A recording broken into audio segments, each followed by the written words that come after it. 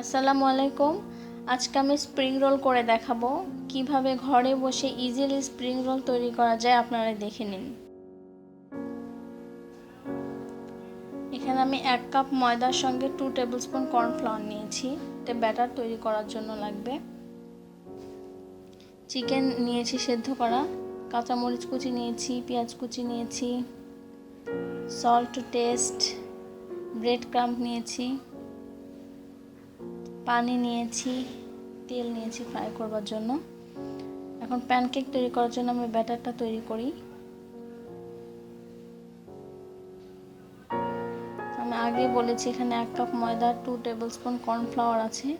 এর সঙ্গে 1 কাপের একটু বেশি পানি লাগবে, তাহলে একদম কারেক্ট কনসেন্ট্রেশনের একটা ব্যাটার তৈরি হবে।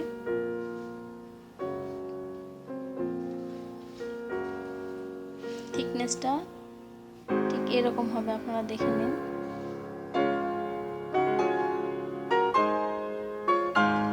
একটা ডিমও লাগবে, যেটা আমি আগে বলিনি।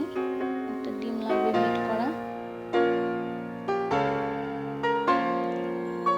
যে ফিলিংটা তৈরি করব এর জন্য পেঁয়াজ, কাঁচামরিচ আর চিকেনটা একটু ভেজে নেব।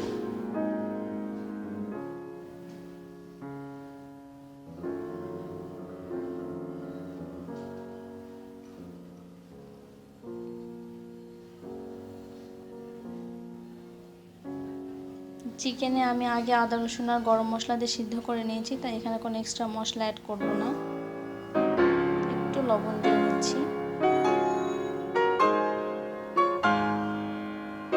এই মিশ্রণটাকে আমরা বেশি ভাজবো না, কারণ স্প্রিং রোল তৈরি করার সময় একটু অনেক সময় ধরে ভাজতে হয়, তখন এই ফিলিংটা ভেতর থেকে রান্না হয়ে যাবে।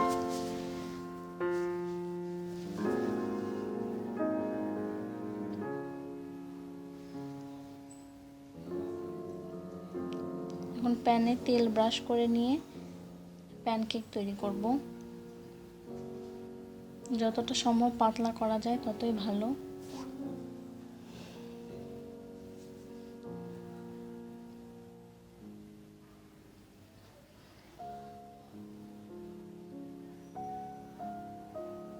এভাবে সব কয়টা প্যানকেক তৈরি করে নেব।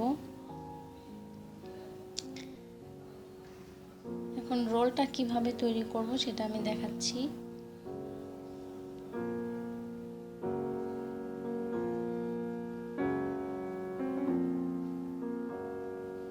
আগে যে ব্যাটারটা তৈরি করেছিলাম ওখানে সামান্য একটু নিয়ে আটকে দেব, যেন খুলে না যায়।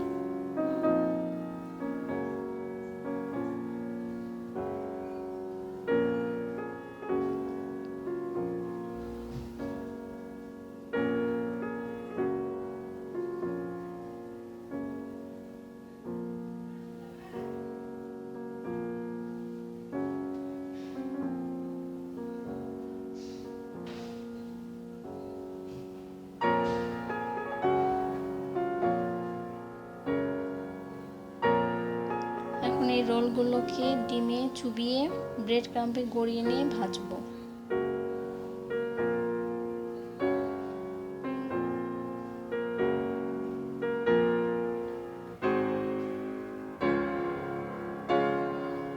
তেল খুব বেশি গরম করব না, তাহলে পুড়ে যাবে।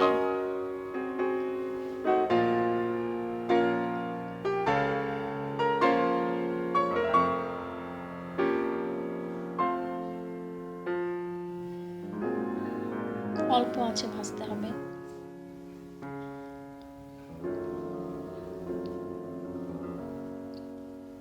ব্রাউন কালার করে ভেজে নেব।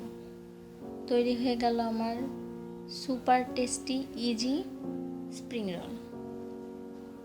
আপনারা বাসায় তৈরি করে দেখবেন, আশা করি ভালো লাগবে।